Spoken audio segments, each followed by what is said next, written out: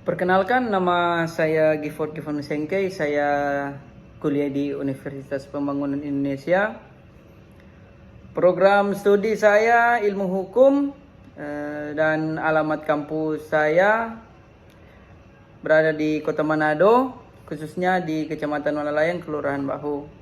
Di sini saya akan membahas tentang dari hukum Islam untuk menjelaskan syarat sah perkawinan menurut Undang-Undang Nomor 1 Tahun 1974. Sebutkan dan jelaskan rukun dalam Islam, serta sebutkan dan jelaskan syarat sahnya perceraian dalam Islam. Yang pertama, saya akan jelaskan tentang syarat sahnya perkawinan menurut Undang-Undang Nomor 1 Tahun 1974. Perkawinan ialah ikatan lahir batin antara seorang pria dengan seorang wanita sebagai suami istri dengan tujuan membentuk keluarga atau rumah tangga yang bahagia dan kekal berdasarkan ketuhanan yang Maha Esa.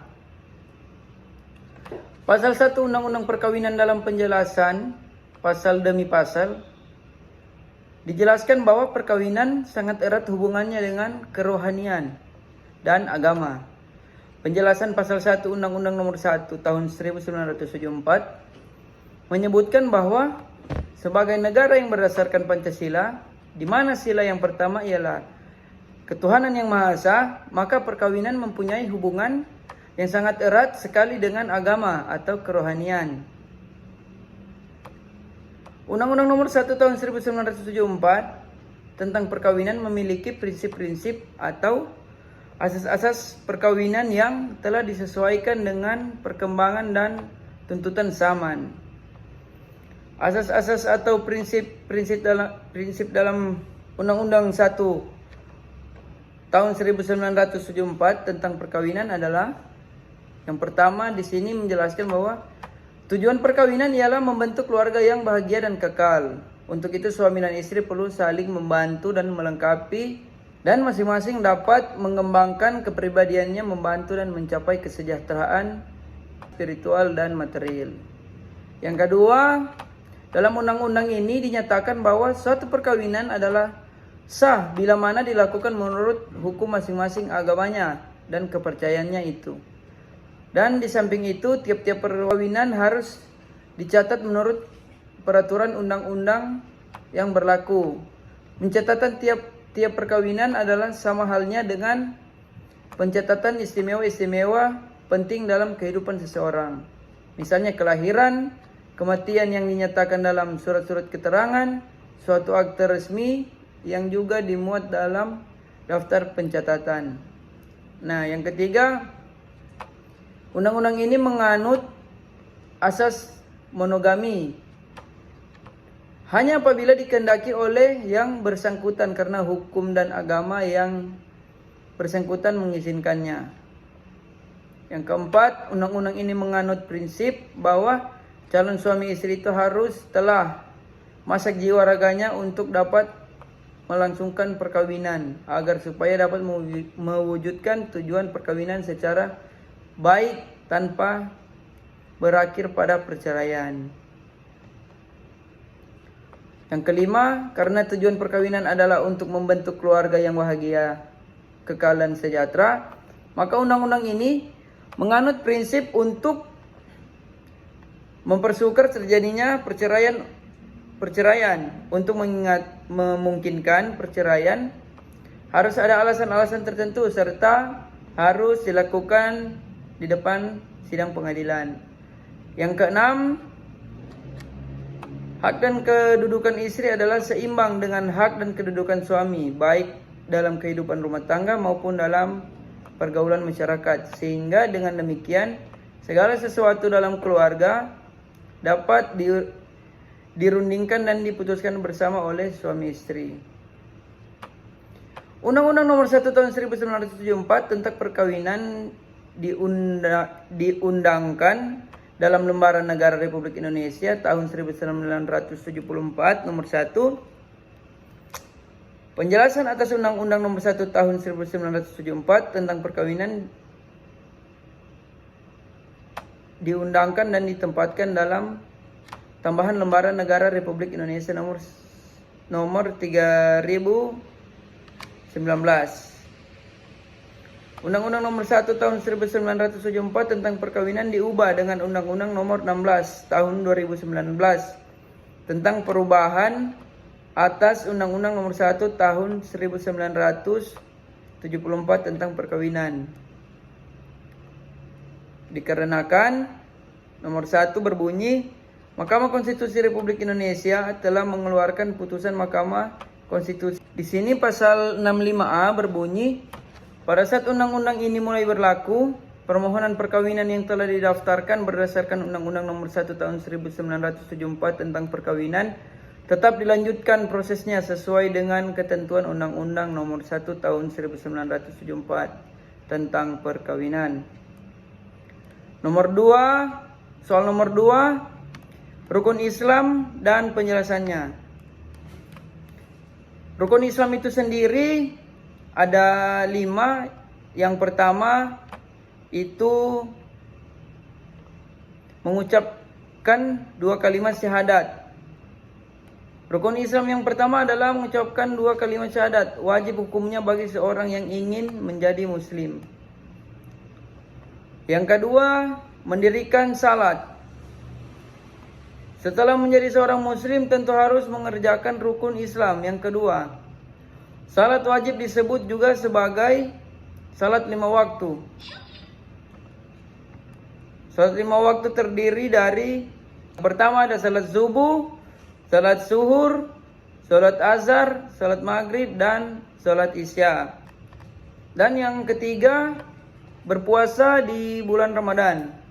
Setiap muslim diwajibkan berpuasa selama 1 bulan penuh di bulan Ramadan.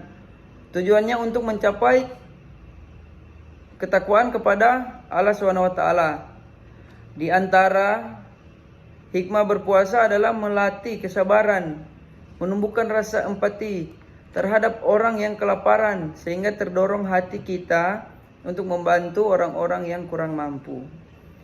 Yang keempat, menunaikan zakat. Zakat merupakan kewajiban yang dikeluarkan pada harta orang yang memiliki kelebihan. Ada beberapa jenis zakat, yaitu zakat fitrah yang dikeluarkan pada bulan Ramadan. Ada juga zakat mal, yaitu zakat yang dikeluarkan berdasarkan hasil niaga atau penghasilan. Jumlah zakat fitrah yang wajib diserahkan 2,5 kg atau bisa diganti dengan uang yang setara dengan 2,5 kilo beras. Dan untuk zakat mal bisa memperkirakannya dengan menyerahkan 2,5% dari harta yang diperoleh dari penghasilan kita. Rukun Islam yang kelima terdiri pergi haji. Pergi haji ke Mekah adalah kewajiban umat muslim yang mampu secara fisik dan finansial. Pergi haji wajibnya dilakukan suatu kali seumur hidup. Untuk yang soal ketiga, untuk soal yang nomor 3, di sini menjelaskan tentang syarat perceraian dalam Islam. Perceraian merupakan sebuah proses yang menyebabkan ikatan antara suami istri menjadi putus. Lebih luas dijelaskan bahwa dalam Islam perceraian lebih dikenal dengan istilahnya talak, yang bukan merupakan tujuan pernikahan dalam Islam. Terdapat banyak penyebab yang bisa membuat perceraian antara suami dan istri terjadi. Namun pada dasarnya beberapa hal berasal dari adanya godaan setan. Raja setan ini sangat bangga dan senang ketika ada anak buahnya yang mampu memisahkan antara suami istri. Dalam Islam, perceraian memang tidak dilarang, karena bagaimanapun dalam membangun rumah tangga dalam Islam tidak akan mampu bertahan tanpa adanya kecocokan dan timbulnya percekcokan secara terus-menerus. Meskipun begitu, hadis tersebut mengartikan bahwa Allah SWT sangat membenci perceraian.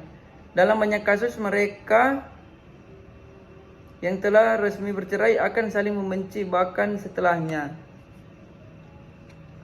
Adanya ucapan talak dari suami kepada istri. Dalam Islam, proses perceraian dimulai dengan tahap-tahap menjatuhkan talak. Apa itu talak? Talak merupakan hal yang hanya dapat dilakukan oleh suami atau pihak laki-laki. Simak lebih lengkap terhadap talak, hukum dan jenisnya. Dalam Islam, talak merupakan pengertian perceraian antara suami dan istri. Talak berasal dari bahasa Arab atau yang biasa disebut dengan talak.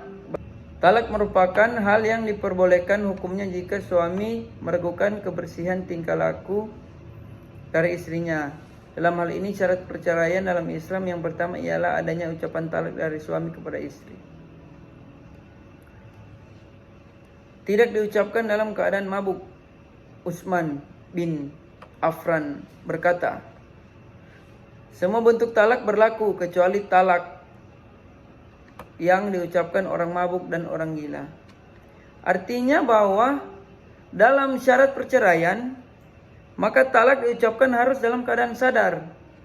Jika talak diucapkan, perceraian diucapkan dalam kondisi mabuk, maka hal tersebut tidak dapat berlaku sebagai talak karena keadaan yang mengatakan talak tersebut keadaan tidak sadar atau posisi mabuk. Pada dasarnya orang mabuk tidak berada dalam tingkat kesadarannya. Karena semua ucapan yang diucap tidak memiliki kekuatan apakah benar-benar ingin diucapkan atau sekedar bualan saja. Tidak ada paksaan dari pihak manapun. Perceraian merupakan sebuah proses terjadinya perpisahan antara suami dan istri yang sebelumnya telah menjalani ikatan pernikahan. Tentunya hal ini dapat berlangsung sangat berat bagi kedua belah pihak.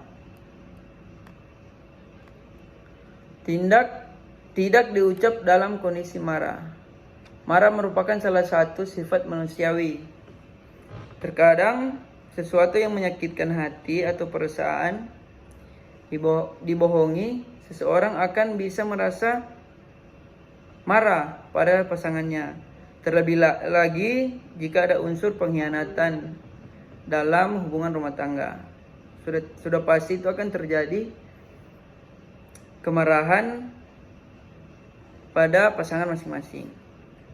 Namun jika dalam kondisi tersebut Anda mengucapkan ucapan perceraian atau talak, maka talak tersebut akan tidak berlaku. Salah satunya syarat perceraian yang sah adalah ucapan talak yang diucapkan dalam kondisi sadar dan tidak diliputi amarah.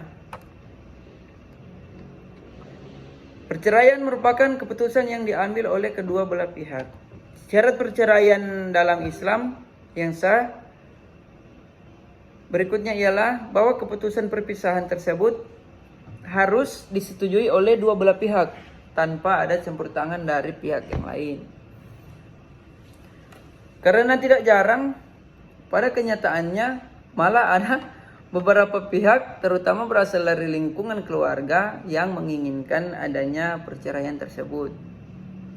Ada berbagai kepentingan yang mendasari campur tangan tersebut, apalagi jika kedua belah pihak tidak ada yang mau mengakui kesalahan, kekurangan masing-masing. Oke, itulah penjelasan singkat dari saya tentang hukum Islam dengan soal jelaskan syarat sahnya perkawinan menurut Undang-Undang Nomor 1 Tahun 1974 dan sebutkan dan jelaskan rukun dalam Islam serta sebutkan dan jelaskan syarat sahnya perceraian dalam Islam. Saya tahu penjelasan saya masih banyak kekurangan. Saya minta bimbingan dari dosen pembimbing untuk bisa membimbing saya jika masih banyak kesalahan yang terdapat dalam penjelasan saya. Oke, sekian. Terima kasih. Sebelum saya mengakhiri penjelasan saya saya akan memperkenalkan beberapa fakultas yang ada di Universitas Pembangunan Indonesia. Yang pertama ada Fakultas Peternakan, ada Fakultas Hukum, ada Fakultas Teknik, ada Fakultas Sospol, ada Fakultas Pertanian, serta Fakultas Sastra. Jika ingin mencari tahu tentang bagaimana UNPI, tentang apa saja yang ada di UNPI, bisa buka di Google, cari websitenya. Ada websitenya itu unpi.ac.id. Jika masih ada yang mau ditanyakan, bisa hubungi saya. Terima kasih.